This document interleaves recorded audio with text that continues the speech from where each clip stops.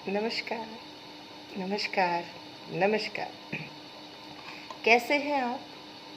अच्छे होंगे? क्या सुनेंगे? अपने मन की बात, मेरे मन की बात, या अपने मन का सवाल और मेरे मन का जवाब? जो भी होगा, हम चर्चा करते हैं। थोड़ा सा हो सकता है आपको लाइट का रिफ्लेक्शन मिल रहा हो। कोई बात नहीं, हम आगे बढ़ते हैं। आज बुद्ध पूर्णिमा है और मैंने आपसे बात की थी कि मैं नेपाल की चर्चा करूंगी, क्योंकि मुझे वीडियो छोटे बनाने हैं अपलोड होने के कारण भी, और दूसरा मैं चाहती हूँ कि मेरे वीडियो में क्यूरियोसिटी बनी रहे और विज्ञापन भी मुझे मिले और मेरे विज्ञापनों में भी एक हो, क्योंकि मैंने जब से विज्ञापनों को देखना शुरू किया है तो मुझे लगा कि मेरी जो मेंटल एनर्जी है वो बढ़ती है उनको समझने से कि वो क्या कहना चाहते हैं। इसीलिए स्किप ना करिएगा, क्योंकि ज़िंदगी में फिर स्किप होने लगता है। चलिए, अब हम एक सवाल की बात कर रहे हैं। एक सवाल हमारे पास आया है। हम मोदी जी के नेपाल की लुम्बिनी की भाषण की बातें और टाटा जी के हिंदी में दिए भाषण की बातें तो अगले वीडियोस में कहीं ना कहीं किसी न किसी रूप में करेंगे। और ये सब क्या है? ये सब मोदी जी के तो राष्ट्र प्रेम का ही तो परिणाम है। और राष्ट्र प्रेम क्या है? राष्ट्र से प्रेम करना सिखाती कौन सी संस्कृति है? वो है हमारी सनातन संस्कृति। और वो कैसे सिखाती है? वो ऋण के रूप में सिखाती है। हर चीज़ का हम पर ऋण है, प्रकृति का हम पर ऋण है, जीव जंतुओं का हम पर ऋण है, इसलिए हम शाकाहारी हैं। और बौद्ध और जैन में कुछ समानता दिखाई है कि वो दोनों नास्तिकवाद हैं। तो मैं आज प्रैक्टिकली जो देखती हूँ ऐसा नहीं है। बहुत सारे बौद्ध मार्गी हमारे सनातन मूल्यों की तरह पूजा पाठ भी करते हैं। और जैन मंदिरों में भी हमने देखा है, जैन घरों में, कि वहाँ पर भी देवी कीर्तन होते हैं। और फिर वो आजकल सारे ही ज्ञान को मिक्स करके लोगों में बहुत अच्छी अच्छी चीज़ें आ रही हैं। तो समय जैसे जैसे आगे बढ़ता है वैसे वैसे चीज़ें डेवलप होती हैं।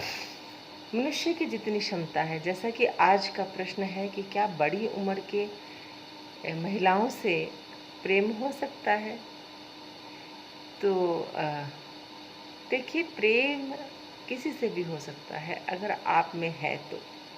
अगर आप में नहीं है और आप सुविधाएं ढूंढ रहे हैं कि दूसरे के शब्द से मुझे कुछ मिल जाता है, थोड़ा सहयोग मिल जाता है, एनर्जी मिल जाती है, और वहाँ पर मैं जब उसका ऋण चुकाने की स्थिति में खुद को पाता हूँ या पाती हूँ, तो हम ऋण ऋण चुका रहे हैं, क्योंकि हमने दूसरे से एनर्जी ली है।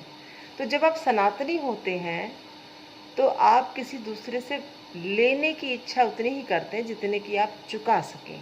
ठीक है, ये सनातन है। और इसी को न्याय कहते हैं, इसी को प्रेम कहते हैं। कब्जा ना करना, वर्चस्व ना दिखाना। ठीक है, अब बात आती है कि पुरुष के अंदर प्रेम कितना होता है।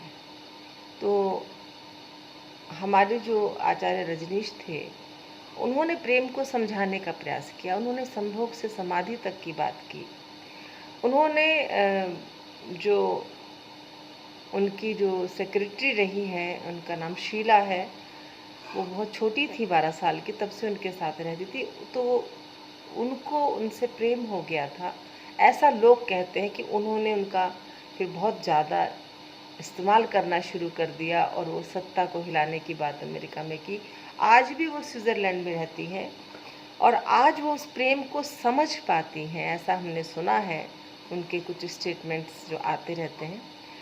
तो मैं इस बात को इस तरीके से कहना चाहती हूँ कि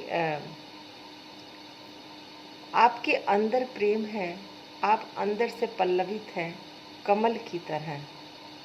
तो आप में से ये जो खिलना है वो आगे फैलेगा, जैसे कीचड़ में या साफ पानी में कमल खिलता है और बड़ा ही खूबसूरत लगता है और काफ़ी लंबा वो खिला रहता है।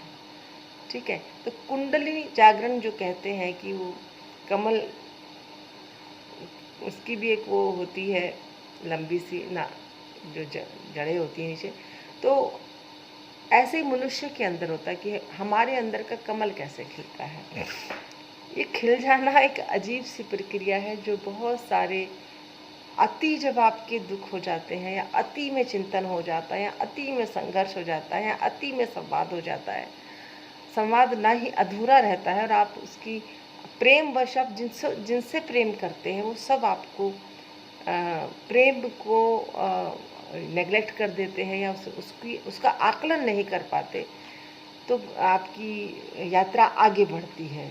और जब आगे बढ़ती है तो फिर कोई अपना नहीं बचता और कोई पराया नहीं बचता। और यहीं पर एक संत मार्ग आपके अंदर आता है। प्रेम मार्ग में ही आदमी संत हो जाता है।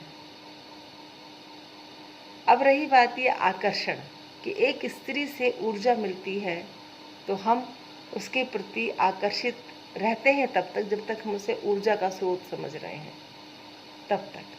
और जब आप प्रेम करते हैं, जो कि आचार्य रजीश ने शीला से प्रेम किया, वो प्रेम आपको, उन्होंने एक प्रयोग किया है, ये उनका प्रयोग था कि ना वहाँ पे कोई संभोग की स्थिति ऐसी थी। शरीर से ऊर्जा लेना, ये तो बहुत ही साधारण सी बात है।